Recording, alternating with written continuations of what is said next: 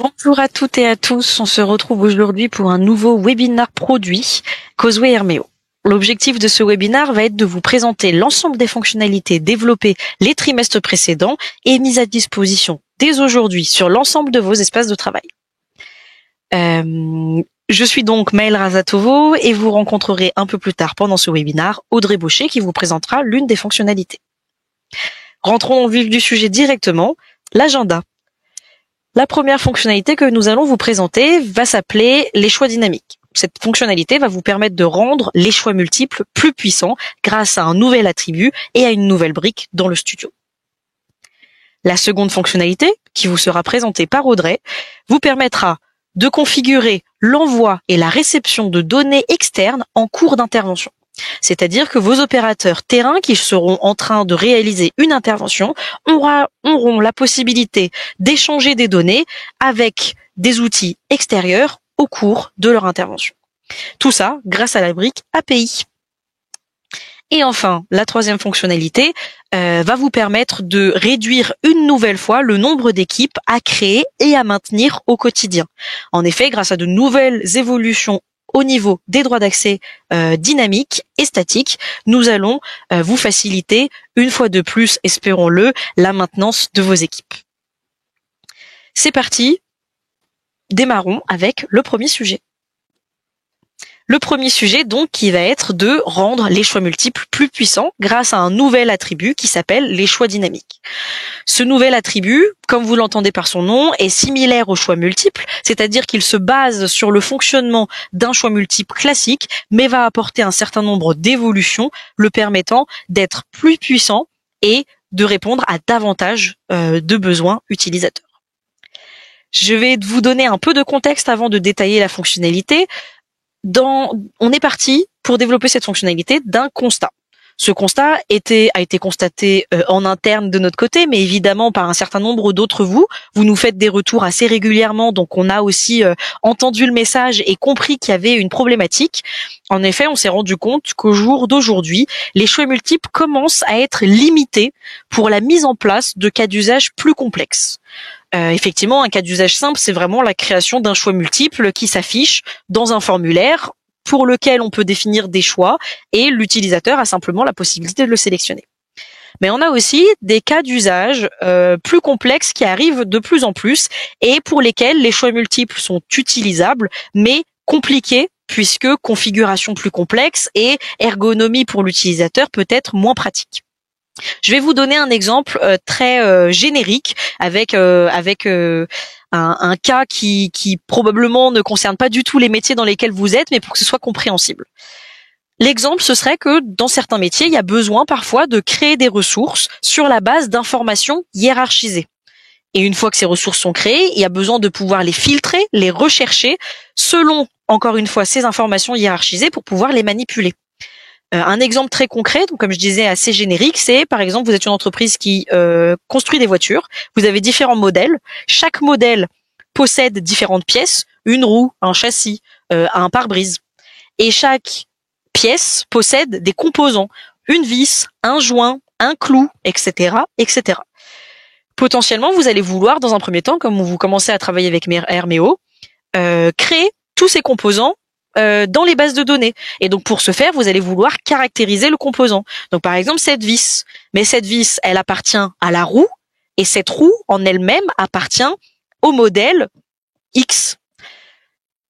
Et inversement, potentiellement, vous voulez aller chercher tous les composants du modèle Y, et ben vous allez pouvoir aller chercher les composants du modèle Y. Une fois que vous les avez, pouvoir aller chercher tous ceux qui appartiennent au pare-brise, et une fois que vous les avez, pouvoir aller lister tous les composants qui appartiennent à ce pare-brise. Donc voilà, c'est un peu la logique qu'on va vouloir faciliter grâce à la mise en place des choix dynamiques. Avant de vous présenter tout ça plus en détail, je vais lister très rapidement les besoins qui ont été identifiés et les besoins sur lesquels nous nous sommes basés pour développer cette fonctionnalité. Comme vous allez le voir, les besoins sont divisés en deux. D'abord, les besoins qui ont été traités par cette première version de la fonctionnalité et des besoins autres d'ores et déjà identifiés, mais qui n'auront pas été traités pour cette première version, mais qui pourront être traités dans le futur, selon vos retours, pour une version 2, une version 3 de la fonctionnalité. Donc pour les besoins d'ores et déjà traités, il y en a 3. Le premier, c'est de pouvoir définir quand un choix est affiché ou non. Si on prend un peu en exemple les conditions d'affichage que vous pouvez définir dans le formulaire, une condition d'affichage permet d'afficher un attribut, donc d'afficher une tâche ou de ne pas du tout l'afficher. Cependant, ce qu'on a identifié, c'est que parfois, vous ne souhaitez pas simplement afficher ou pas l'entièreté de l'attribut, mais c'est seulement un choix ou 2 choix de votre choix multiple que vous souhaitez afficher ou pas selon ce qui se passe plus haut dans le formulaire. Donc ça, c'est le premier besoin qui avait été identifié. Le second, c'est le fait de pouvoir différencier les valeurs affichées à l'opérateur des valeurs réellement sauvegardées, des valeurs utiles d'un point de vue administratif, des valeurs qui vont s'afficher dans les rapports. L'idée, c'est de pouvoir utiliser une terminologie très claire pour l'opérateur, donc c'est la terminologie qui sera accessible pour lui sur le terrain, sur l'application, et le différencier de la valeur qui sera affichée dans les rapports et qui sera, vous, utile pour toute intégration avec autre outil ou pour simplement l'utilisation plateforme. Et enfin, la dernière idée était de permettre aux opérateurs de trouver les choix qu'ils souhaitent sélectionner plus facilement, notamment lorsque la liste de choix est grande. Aujourd'hui, avec les choix multiples, vous le savez sûrement, l'ergonomie n'est pas très adaptée à partir du moment où il y a plus de 5 choix. Grâce au choix dynamique, on a fait un design légèrement différent qui permettra à l'utilisateur de retrouver plus facilement ses choix. Dans les autres besoins identifiés, très rapidement, mais qui donc, encore une fois, n'auront pas été traités pour cette première version, ce sont le fait de mettre en évidence un choix dans une liste, donc par exemple en lui donnant une couleur. Je veux que ce choix apparaisse en rouge parce qu'il est plus important que les autres. Ou bien lui mettre un icône pour, encore une fois, identifier, faire en sorte que l'utilisateur identifie instantanément son choix parce qu'il voit l'icône et il comprend tout de suite à quoi ça correspond. Donc ça, c'était un des autres besoins identifiés. Et un second dont je peux vous parler, c'est le fait de permettre aux opérateurs d'ajouter un nouveau choix dans une liste de choix déjà existante et d'ores et déjà créée par un administrateur. En effet, il y a certains cas où vous mettez un dernier choix autre. Donc vous avez le choix A, B et autre, parce que potentiellement, l'utilisateur peut avoir envie, l'opérateur terrain peut avoir besoin de saisir une information que vous n'aviez pas préparée à l'avance dans votre attribut. Donc aujourd'hui, il y a une configuration qui est possible en ajoutant une seconde tâche en dessous dans votre formulaire pour que l'utilisateur puisse rentrer à la mano sa valeur. Ici, l'idée serait de pouvoir permettre de faire ça directement dans l'attribut choix dynamique, de ne pas avoir besoin de faire une configuration spécifique dans le formulaire, mais que ce soit simplement une option sur la brique. Donc voilà un peu pour les besoins sur lesquels on s'est basé pour développer tout ça. Qu'est-ce que ça va vous apporter? Dans un premier temps, une meilleure compréhension des interventions pour l'opérateur. Sur le terrain, meilleure ergonomie, meilleure expérience utilisateur, et donc ce sera plus compréhensible pour lui et plus facile de saisir les informations lors de son intervention. Enfin, également, pour vous en tant qu'administrateur, ce sera une configuration plus facile car il y aura notamment moins besoin de dupliquer des tâches dans tous les sens pour configurer des conditions d'affichage. Effectivement, plutôt que de dupliquer plein de fois un attribut choix multiple et pour la première brique, retirer les 2 premiers choix, pour la seconde, garder les 2 premiers choix mais retirer les 2 suivants, etc. et de définir des conditions d'affichage là-dessus, ce sera beaucoup plus simple puisque la condition d'affichage sera configurée auparavant sur l'attribut et pas besoin de définir des conditions d'affichage et de dupliquer les briques dans le formulaire. Et au final, pour résumer, en regroupant ces deux valeurs ajoutées, ça va surtout vous permettre un gain de temps. Gain de temps pour votre opérateur terrain, puisqu'encore une fois, ergonomie beaucoup plus facile à comprendre, et pour vous en tant qu'administrateur, pour pouvoir configurer plus rapidement vos formulaires et les maintenir plus rapidement également.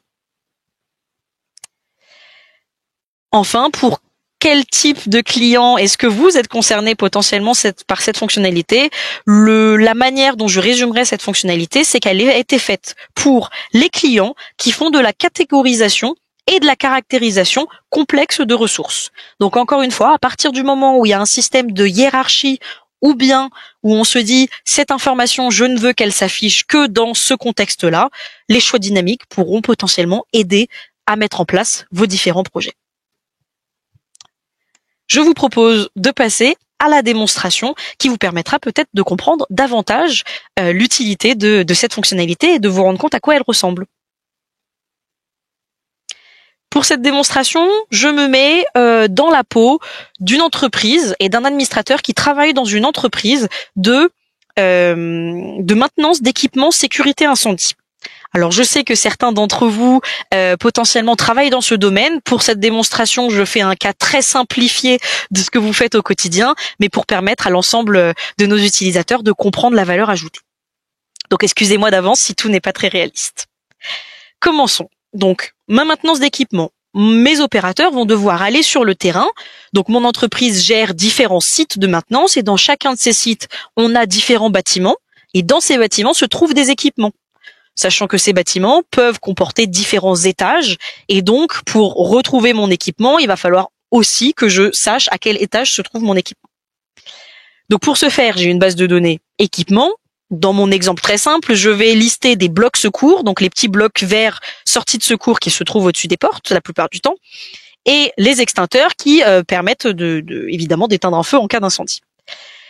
Pour ce faire, lors de mon intervention, mon opérateur va d'abord devoir définir où est-ce qu'il se trouve pour pouvoir lister uniquement les équipements qui se trouvent dans la zone dans laquelle il est, afin qu'il n'ait pas à identifier des équipements dans une liste énorme. On va vouloir lui permettre de filtrer. Donc pour ce faire, je vais devoir caractériser chacun de mes équipements selon leur localisation. Pour ce faire, j'ai défini 3 attributs. Un attribut site, donc qui définira dans quel site se trouve mon équipement. Ensuite, un attribut bâtiment qui rajoute un niveau de granularité. Donc dans mon site, précisément dans quel bâtiment se trouve mon équipement. Et enfin, dans chacun de mes bâtiments, à quel étage se trouve mon équipement. Pour vous montrer un peu à quoi ça ressemble, par exemple, ici, j'ai défini mes sites. Donc, comme vous le voyez d'ailleurs, ça ressemble à un choix multiple. C'est à peu près le même visuel. Vous pouvez définir un ou plusieurs choix, les réordonner, en ajouter, les supprimer. Enfin voilà, un peu toutes les options qu'on a déjà sur les choix multiples, avec, comme vous le voyez d'ores et déjà, une option supplémentaire qui va être de pouvoir définir une valeur. Donc, comme je le disais, la valeur, c'est ce qui va être utile d'un point de vue administratif, c'est ce qui va être affiché sur la plateforme, ce qui va être affiché dans les rapports, et un label, ce qui va être affiché à l'opérateur sur le terrain. Le label n'étant pas obligatoire, si aucun label n'est saisi, c'est la valeur qui s'affichera à l'opérateur sur le terrain. Donc ici, j'ai listé simplement tous les sites sur lesquels mes opérateurs vont être amenés à faire de la maintenance parce que c'est les sites que je gère. Donc j'ai par exemple Paris 15, Lyon 2, Lille, etc., etc. Jusqu'ici, tout va bien, je les ai listés et j'en suis contente. Rien besoin de faire en plus ici. Je peux donc quitter cette configuration. Ensuite, j'ai configuré mes bâtiments. Dans cette liste, j'ai listé l'entièreté des bâtiments de l'entièreté de mes sites que je vais avoir à maintenir. Donc ici, on voit que j'ai des bâtiments qui appartiennent à Paris 15, ici Paris 9, ici Paris 19, etc. Et en fait, comme on le voit, c'est là où on va voir l'utilité d'un label, c'est que ici, c'est un identifiant un peu technique, c'est le nom technique, le code technique du bâtiment. C'est pas l'information la plus utile à un opérateur sur le terrain pour identifier son bâtiment. Potentiellement, sur Paris 15, il sait qu'il y a 2 bâtiments, le bâtiment 1, bâtiment 2. Plutôt que de lui afficher un code, on va simplement lui afficher clairement la terminologie bâtiment 1 ou bâtiment 2. Voilà. Donc, autre chose, étant donné qu'ici, j'ai listé, comme je vous l'ai dit, l'entièreté de mes bâtiments de tous mes sites, je vais vouloir pouvoir définir une espèce de condition d'affichage qu'on appellera une association dans ce contexte de fonctionnalité. Une association qui permettra de dire tous mes bâtiments qui appartiennent à mon site Paris 15 ne s'afficheront dans mon formulaire que lorsque le site Paris 15 aura été sélectionné. Si c'est un autre site qui est sélectionné, je ne veux pas afficher ce choix à l'opérateur parce que ça n'a pas de sens qu'il puisse sélectionner un bâtiment du site Paris 15 alors qu'il se trouve à Paris 19, par exemple. Donc ça, c'est une configuration qu'on pourra faire et que je vous montrerai dans quelques secondes. Je finis juste à vous montrer les différents attributs que j'ai créés. Le dernier, c'est l'attribut étage qui va simplement lister le nombre d'étages et selon le nombre d'étages pour chaque bâtiment, je ferai la même configuration de définir une association. L'étage 1, 2, 3 ne s'affiche que si ce bâtiment-là a été sélectionné parce que ce bâtiment ne possède que 3 étages. Par contre, le choix 4 ne s'affichera pas puisque le bâtiment ne possède pas cet étage. Pour vous montrer un peu comment on fait cette configuration d'association dont je vous parle, on va faire un exemple en créant un nouveau site. Imaginons que mon entreprise a un nouveau contrat, il y a un nouveau site que je dois gérer. Je vais donc pouvoir créer un nouveau choix. Donc je vais en bas de ma liste ici, je vais créer un nouveau site. On va mettre par exemple un site à Brest. Voilà, tout simplement un site à Brest, le nom pas plus compliqué que ça. Je l'ai ajouté, j'ai pas besoin de mettre de label, je sauvegarde. Jusque-là, tout va bien. Ensuite, ce site, évidemment, a un ou plusieurs bâtiments. Pour faire simple, je vais vous montrer avec un bâtiment. Donc, ce site a un bâtiment, donc je vais venir ajouter le bâtiment à ma liste. Donc ici, je vais l'appeler, par exemple, Brest, bâtiment 00, parce qu'il n'y a qu'un bâtiment. Donc ça, c'est son nom technique. Et pour l'utilisateur, je vais vouloir lui afficher bâtiment unique.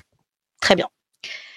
Maintenant que je suis là, il va falloir que je dise ce bâtiment ne s'affiche que lorsque mon utilisateur aura sélectionné le site Brest que je viens de sélectionner précédemment.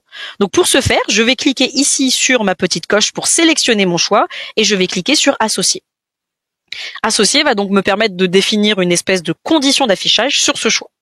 Donc là, je me dis que mon choix B-B00 ne doit s'afficher que lorsque l'attribut localisation site a une valeur très spécifique.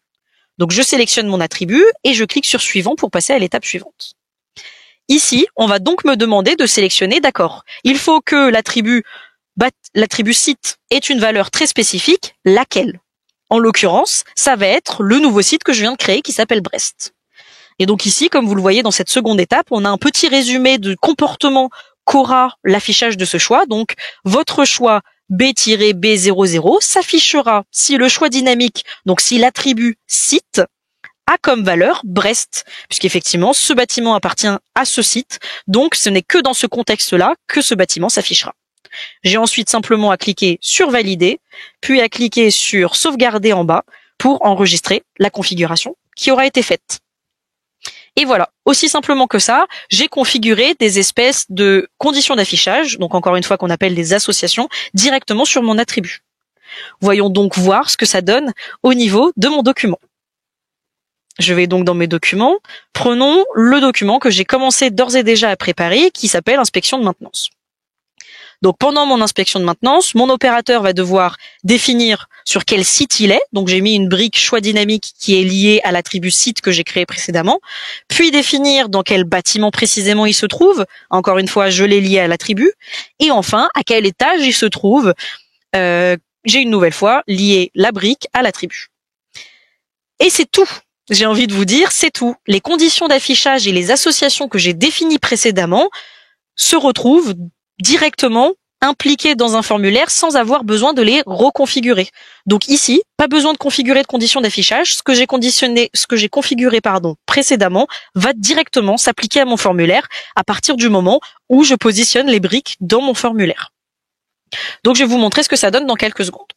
Si je continue du coup, donc j'ai mis ici en position mes filtres, mes bâtiments s'afficheront selon ce que j'ai sélectionné sur site et mes étages s'afficheront selon ce que j'ai sélectionné sur bâtiment. Grâce à ça, je vais pouvoir afficher mes équipements qui appartiennent à cet étage de ce bâtiment, de ce site. Donc bon, là, je demande quelques informations de maintenance assez classiques à mon opérateur. Et ensuite, je vais lui permettre de créer des observations. Donc des observations qui peuvent être des anomalies, qui peuvent être des défauts, qui peuvent être des simples remarques peut-être que l'opérateur veut faire sur l'état de maintenance de l'équipement. Donc je vais permettre à l'utilisateur de faire ça. Mais pour faire ça, je vais vouloir, encore une fois, qu'il caractérise son observation. Un peu comme j'ai caractérisé mon équipement, je vais vouloir qu'il caractérise l'observation. Parce qu'une observation peut par exemple être de différents types. Est-ce que, dans l'exemple de mon bloc secours, est-ce qu'il y a un dysfonctionnement du bloc secours? Est-ce qu'il ne marche pas? Ou est-ce qu'il y a simplement une obstruction? Ou est-ce que l'équipement est absent? Ou bien est-ce que je veux mettre un simple commentaire? Et selon ce type, si c'est un dysfonctionnement ou une obstruction notamment, je vais vouloir faire en sorte que mon opérateur puisse donner plus de détails. Donc continue de caractériser, donc descendre à un niveau de granularité plus petit pour continuer de caractériser mon observation. Et donc là, par exemple, je me dis que lorsque il y a un type dysfonctionnement, je vais vouloir permettre à mon opérateur de sélectionner clignote, parce que ça veut dire que mon ampoule clignote, il y a un dysfonctionnement. Ou alors, la lumière ne s'allume pas. C'est aussi configuré sous le type dysfonctionnement. Mais plus bas, on voit que par exemple, j'ai d'autres choix qui, eux, cette fois-ci, correspondent au type obstruction. Donc par exemple, on considère que une anomalie est du type obstruction lorsque quelque chose sur l'équipement fait en sorte qu'il peut y avoir une mauvaise interprétation du panneau et donc mal influencer les utilisateurs. Donc voilà, c'est exactement la même chose et le même type de configuration qu'on a fait sur les attributs tout à l'heure avec les sites, bâtiments, étages, mais que cette fois-ci, j'ai configuré, comme vous le voyez, directement dans mon formulaire. En passant ici par la configuration manuelle plutôt que la liaison à un attribut, j'ai pu ici mettre mes 2 briques choix dynamiques et configurer mes associations en cochant mon choix et en cliquant ici sur la pop-up d'association, exactement de la même manière que ce que j'ai fait au niveau des attributs. Donc c'est les 2 possibilités qu'on a. Comme pour tout autre type d'attribut, on peut le faire manuellement dans le studio ou directement en les liant à un attribut. Allons voir donc rapidement ce que ça donne côté application.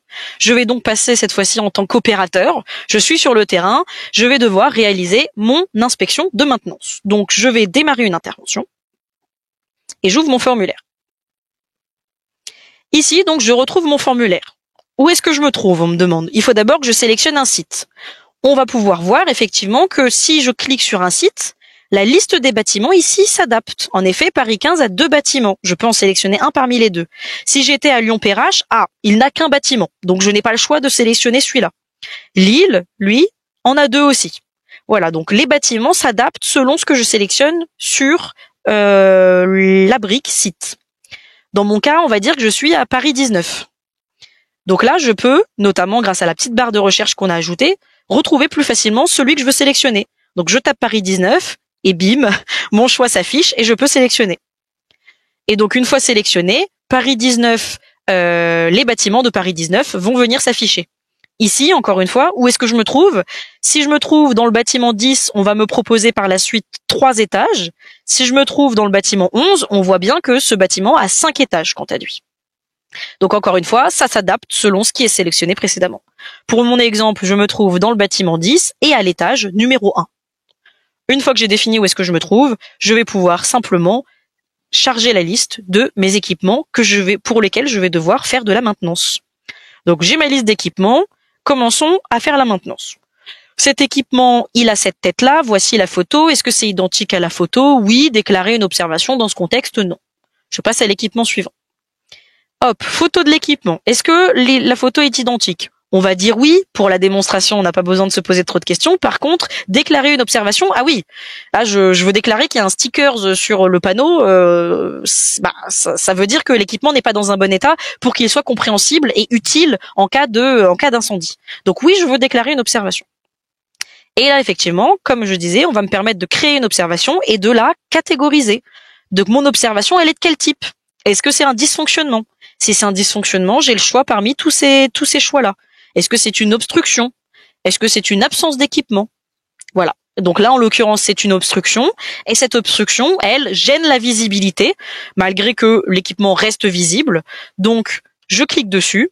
Et là, en l'occurrence, j'ai permis à l'utilisateur de saisir une valeur supplémentaire qui détaille sur le panneau.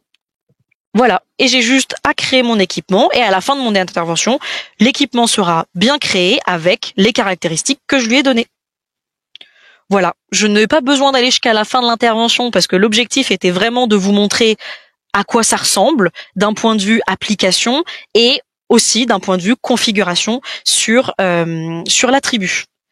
Évidemment, si jamais vous avez plus de questions, dans la note qu'on vous enverra suite à ce webinaire, vous retrouvez les liens des articles support qui détaillent davantage les caractéristiques de cette fonctionnalité. Je reviens donc à la présentation et je vais laisser la main à Audrey pour prendre la suite concernant la brique API. Merci Maëlle, et donc je vais prendre la suite et moi je vais vous présenter la deuxième fonctionnalité du jour et il s'agit de la brique API. Donc la brique API, elle va vous permettre d'envoyer et recevoir des données externes en cours d'intervention. Donc jusqu'à récemment, pour vous donner un petit peu de contexte, lorsque vous étiez en cours d'intervention, vous étiez limité à l'utilisation de données qui viennent des bases de données qu'on stocke dans Herméo. Or aujourd'hui, on a vraiment une demande grandissante de pouvoir envoyer et recevoir en cours d'intervention des données qui seront utiles ou connues qu'au moment où l'intervention a déjà débuté. Donc pour répondre à ce besoin, on a développé la fonctionnalité de la brique API afin de vous permettre d'interagir avec d'autres API lorsque vos opérateurs terrain réalisent leur intervention. Parmi les besoins identifiés, on en a détecté plusieurs avec lesquels on va pouvoir répondre avec la brique API. Tout d'abord, vous allez pouvoir créer ou mettre à jour des ressources dans Hermeo en temps réel, donc sans avoir besoin que l'intervention ne soit terminée. Par exemple, vous allez pouvoir créer automatiquement une intervention à la suite de la déclaration d'une anomalie, donc planifier une nouvelle intervention. Vous allez pouvoir mettre à jour en temps réel un asset, un attribut d'asset pendant l'intervention. Donc vraiment, vous allez avoir plusieurs cas d'usage où, en cours d'intervention, vous allez pouvoir faire d'autres actions sur Hermeo directement. Ensuite, on va aussi pouvoir communiquer avec des outils de votre écosystème. Créer et mettre à jour des ressources directement dans les outils que vous utilisez au quotidien. Mais on va pouvoir aussi récupérer des données de vos outils internes. Récupérer un identifiant, une caractéristique de ressource, etc. Et enfin, dernier point, on va pouvoir aussi récupérer des données d'API tierces qui vont, par exemple, pré-remplir certaines tâches de vos interventions. Exemple, vous avez un technicien qui doit réaliser une intervention sur place. Sur place, on a besoin qu'il y ait une bonne météo pour qu'il puisse bien réaliser son intervention. Donc, grâce à la brique API, lorsqu'il démarre son intervention avant de se rendre sur place, on va pouvoir faire appel à une API de météo qui va lui préciser le temps qu'il y a sur place et donc, à la fin, s'il va pouvoir réaliser ou non son intervention. Donc, la brique API, elle présente plusieurs avantages. Déjà, pouvoir communiquer en temps réel, envoyer, recevoir en temps réel des informations alors que vous êtes en cours d'intervention. Automatiser aussi des processus pour qui vont vous faire gagner du temps. Vous allez pouvoir planifier, par exemple, comme je disais tout à l'heure, automatiquement une nouvelle intervention, par exemple. Et enfin, surtout, le point hyper important, c'est que ça va vous permettre aussi d'avoir une flexibilité des cas d'usage. À partir du moment où vous avez une API qui va pouvoir répondre à votre besoin, eh bien vous allez pouvoir l'utiliser avec la brique API. Je vous propose donc qu'on passe directement à la démonstration et comme ça, vous allez pouvoir vous rendre compte à quoi ressemble la brique API. Donc pour cette démonstration, je vous propose qu'on se retrouve directement dans l'onglet utilisateur, dans les rôles, puisqu'on va avoir une nouvelle permission qui va être ajoutée. Tout en bas, vous avez une nouvelle catégorie intégration, avec la permission afficher le menu intégration. Donc si vous l'activez pour un de vos utilisateurs, eh bien ce dernier aura dans son menu un nouvel onglet intégration juste ici. Dans cet onglet, il va pouvoir référencer toutes les API avec lesquelles vous avez besoin de vous connecter dans vos formulaires lorsqu'il y a une intervention. Donc là, vous voyez, j'en ai déjà 4 qui sont renseignés. Ce qu'on va faire, c'est qu'on va en créer une ensemble. Dans ce cadre-là, j'ai choisi de créer une connexion avec l'API d'Hermeo. Pourquoi? C'est puisqu'on va compléter le cas d'usage de Mel tout à l'heure qui faisait une inspection de maintenance sur des équipements d'incendie. Dans le cadre où on a détecté une anomalie, on a observé quelque chose qui ne convient pas, eh bien, on va vouloir créer une nouvelle intervention pour pouvoir planifier la correction de cette anomalie.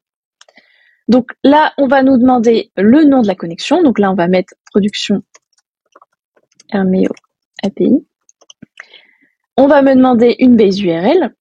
Donc là, c'est pour tout type de connexion. Et après, je vais devoir choisir le type d'authentification. En fonction du type d'authentification, il va vraiment dépendre de l'API que vous utilisez. Donc, il faut vraiment se référer à votre documentation. Et vous allez avoir des étapes qui peuvent être différentes. Si j'ai pas d'authentification, donc ça va être rapide, vous allez pouvoir directement valider la création de la connexion. En revanche, si vous avez basic, header auth, O2 ou des query parameters, vous allez avoir une deuxième étape qui va vous demander des informations spécifiques. Donc là, ici, on va choisir une connexion O2. Donc, je vais faire suivant. On va me demander une URL d'authentification O2. Donc, c'est ce que je vais faire. Je vais la renseigner juste en dessous. Je vais aussi renseigner l'URL de token. On va me demander un client ID et un client secret.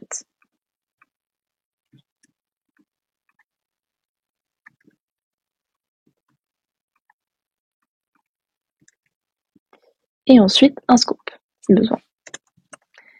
Pour une connexion O2, l'URL de redirection, vous l'aurez juste ici.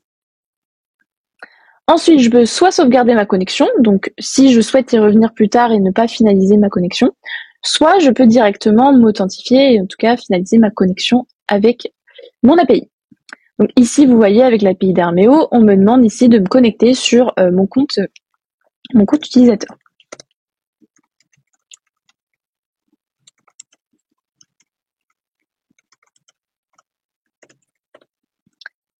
Je me connecte, j'autorise, et là, vous voyez, ma connexion est bien créée. Donc là, je vous propose qu'on aille directement dans les documents pour pouvoir utiliser notre fameuse brique API. Donc sur mon document, si vous allez tout en bas dans la partie workflow, vous avez donc une nouvelle brique, la fameuse brique API, avec son petit picto HTTP. Si on se remet dans le contexte d'une inspection de maintenance d'équipement incendie, je vais faire la maintenance sur mon équipement et donc dans mon formulaire, je veux que lorsque j'ai une observation, la création, que j'ai une brique qui va créer une anomalie en base de données, je souhaite également avoir la planification d'une nouvelle maintenance pour pouvoir corriger cette anomalie. Donc en amont de notre démonstration, j'ai déjà drag and drop ma brique API dans ma brique création. Et juste ici, vous voyez, j'ai un bouton qui va me permettre de configurer ma requête. Donc c'est ce que je vais faire. J'ai 4 étapes. La première, le choix de ma connexion. Donc, je vais pouvoir choisir parmi la liste des connexions que j'ai dans ma page d'intégration, celle que je souhaite utiliser. Là, on va utiliser celle de production Hermeo API que nous avons configurée tout à l'heure. Je passe à l'étape 2. Sur l'étape 2, on me demande la méthode entre post, get, put ou delete. Ça va vraiment dépendre de la requête que vous effectuez.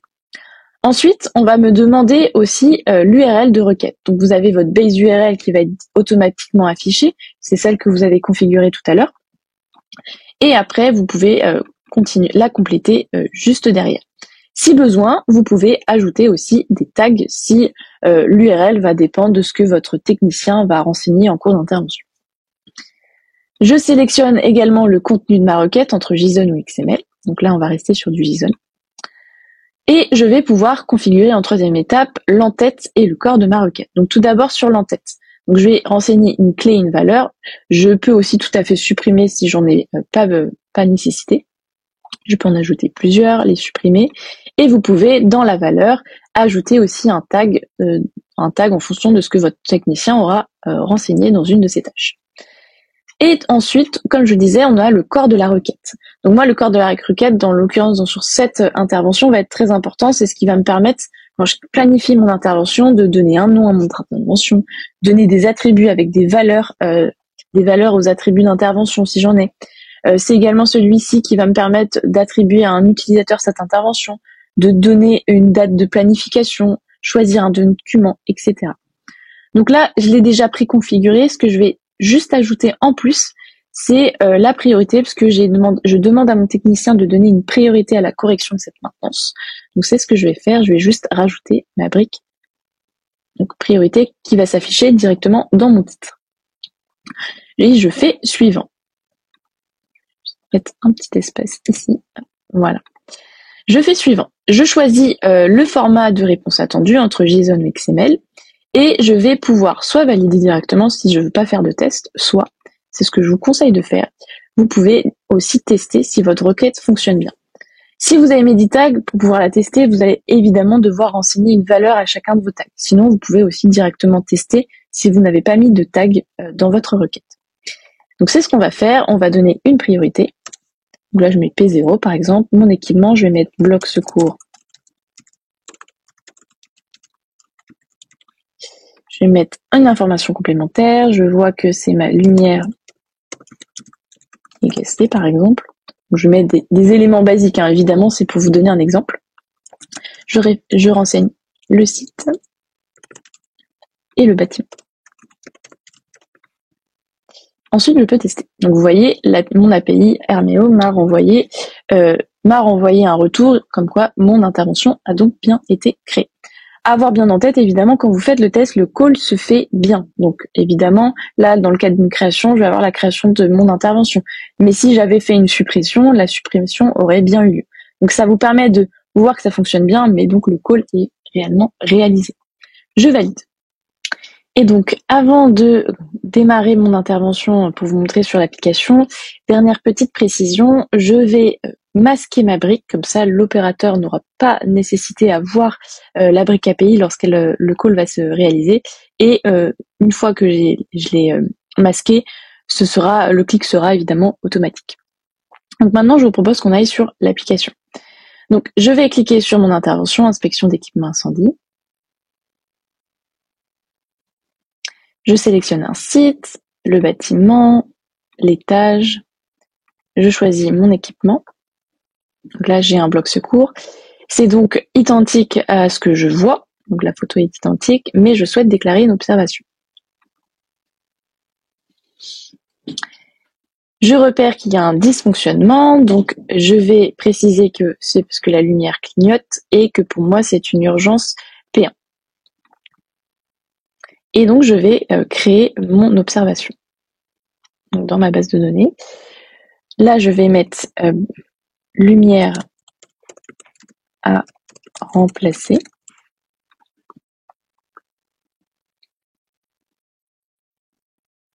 Et je crée mon observation. Je termine l'intervention. Et donc, si on revient sur la plateforme,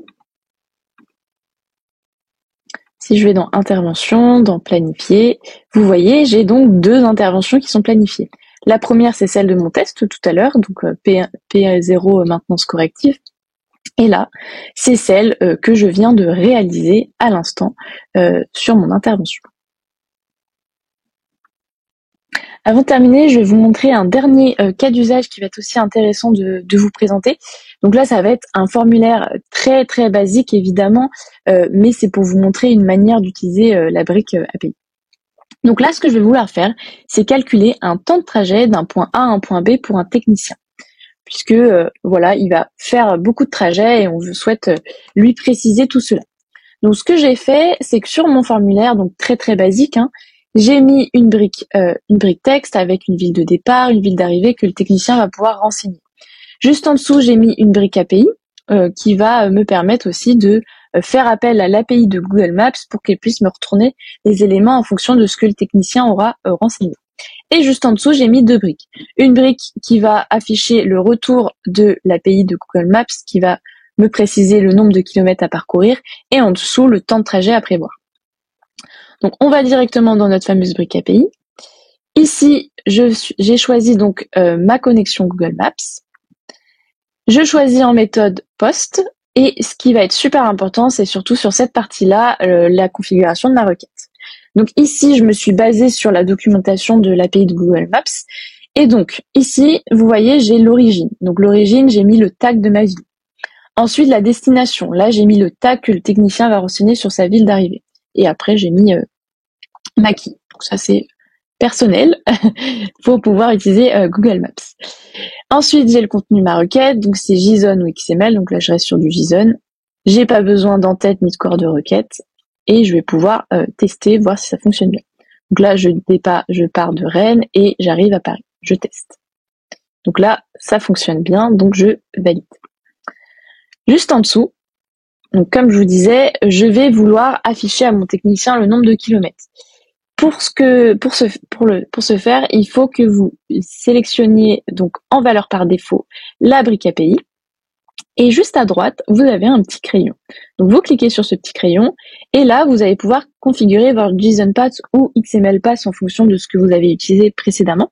Donc c'est en fait une syntaxe précise qu'on va devoir écrire pour extraire uniquement certaines données de notre du résultat que nous a renvoyé l'API. Donc là, en l'occurrence, Google Maps. Moi, j'ai déjà préconfigurer mon JSON Path, donc je vais vous le coller directement, mais vous voyez, si je mets pas tous les éléments, ça va vraiment s'adapter. Donc ça se base sur le test qu'on a fait précédemment. Donc pour pouvoir bien voir votre JSON ou XML Path, la réponse attendue, il faudrait que vous ayez fait un test au préalable. Je confirme. Juste en dessous, je peux faire la même chose sur le temps à prévoir. Donc là, je vais faire la même chose. Hop. Je vais sélectionner ma fameuse brique API.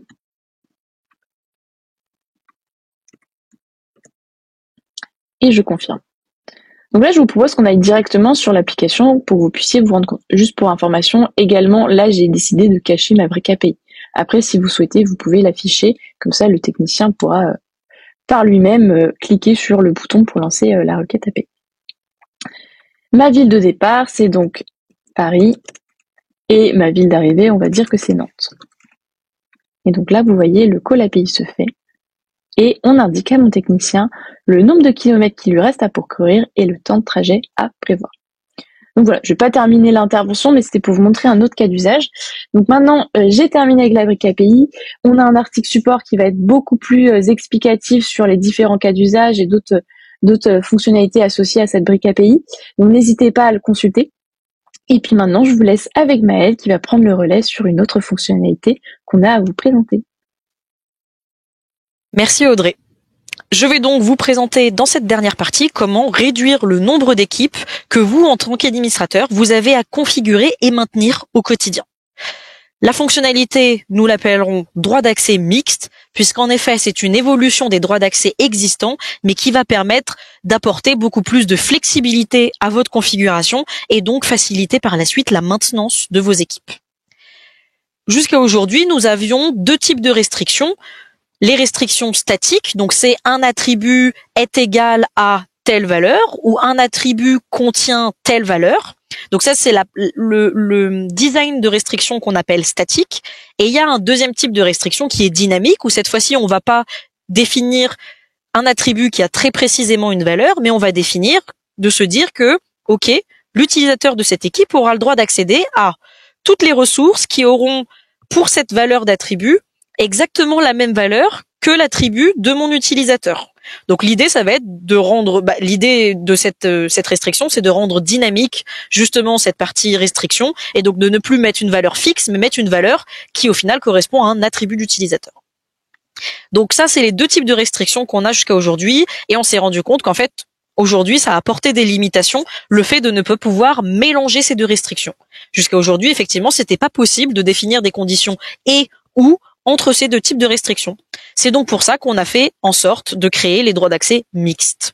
Cette fonctionnalité sera donc utile pour tous ceux d'entre vous qui ont des utilisateurs qui font le même travail, qui ont le même métier, donc qui ont le même rôle, qui font les mêmes choses au quotidien, mais potentiellement sur des domaines différents, sur des zones différentes. Par exemple, ils font le même métier, mais ils sont en charge de clients différents. Ou ils font le même métier, mais ils sont juste dans des agences en France différentes. Donc, ce n'est pas les mêmes ressources qu'ils vont pouvoir voir, puisque certains vont voir les ressources d'une certaine ville et d'autres vont voir les ressources d'une autre. Mais derrière, les utilisateurs font exactement le même métier. Donc, on va passer à la démonstration très rapidement, comme ça, c'est encore plus clair pour vous. C'est parti. On est toujours dans notre contexte d'entreprise qui fait de la maintenance d'équipements incendie. Comme je le disais tout à l'heure, on a différentes agences en France, puisqu'on a différents sites qu'on doit gérer. Donc on en a certains à Lyon, certains à Paris, certains à Lille. Du coup, ça veut dire qu'on a des opérateurs à ces différents endroits et que chacun ne doit pouvoir accéder qu'à la donnée qui le concerne. Ceux de Paris doivent pouvoir voir les ressources de Paris, ceux de Lille, ceux de Lille. Vous avez compris. Donc jusqu'à aujourd'hui, la configuration qu'on était amené à faire dans ces circonstances-là, c'était de créer 3 équipes, chaque équipe ayant une configuration très similaire, à la différence que dans la restriction statique qui dit que la ville de la ressource doit être une certaine ville, pour l'équipe Paris, on écrivait Paris, comme ici, on écrit Paris, on dit que la ville doit être Paris pour que la ressource soit visible, la ville, même au niveau de l'intervention, doit être Paris pour que la ressource soit visible. Et la seule différence par rapport aux autres équipes, c'est qu'on se dit que pour l'équipe de Lyon, c'est les mêmes droits, mais que c'est Lyon qui doit être écrit dans la valeur de l'attribut plutôt que Paris. Donc en fait, aujourd'hui, comme on ne peut pas mixer les deux, on ne pouvait pas mélanger les deux types de restrictions, on était obligé de le faire comme ça et de dupliquer les équipes. Grâce au droit d'accès mixte, on va pouvoir passer de 3 équipes, donc on va pouvoir supprimer ces 3 équipes et on va pouvoir passer à une configuration avec une seule et même équipe dans laquelle tous les utilisateurs qui font le même métier seront regroupés. Allons voir donc ce que ça donne. Donc si je vais voir mes droits d'accès, je me mets en mode modification pour que vous voyez un peu mieux. La différence est que plutôt d'avoir mis des droits d'accès statique comme tout à l'heure, donc la ville est égale à Paris. Ici, j'ai mis un droit d'accès dynamique. Donc la ville d'une ressource, l'attribut ville d'une ressource est égal à l'attribut ville de rattachement d'un utilisateur. Donc si la ville de rattachement d'un utilisateur est Paris, il ne pourra voir que les ressources qui ont comme valeur Paris. Pareil pour Lyon, pareil pour Lille, c'est dynamique grâce au droit d'accès. Et donc là, c'est la même chose. J'ai pu, du coup, simplement, la seule différence, c'est que j'ai simplement pu mélanger les droits d'accès dynamiques avec les droits d'accès statiques, avec des conditions et avec des conditions ou. De la même manière pour les interventions, j'ai combiné 2 droits d'accès dynamiques avec un droit statique. Aussi simple que ça. Si vous avez des questions, n'hésitez pas à les poser par la suite ou à consulter l'article support qu'on aura rédigé pour cette nouvelle fonctionnalité. Eh bien, écoutez, merci beaucoup pour votre attention. On espère que ce webinaire vous aura plu. Si vous avez encore quelques questions, n'hésitez pas à les poser dans la section questions à côté de cette présentation. Nous essaierons d'y répondre avant la fin du webinaire. Si ce n'est pas le cas, n'hésitez pas évidemment à recontacter nos équipes support ou votre chargé de compte pour poser des questions si vous en avez des supplémentaires sur ces nouvelles fonctionnalités. Encore merci et à bientôt.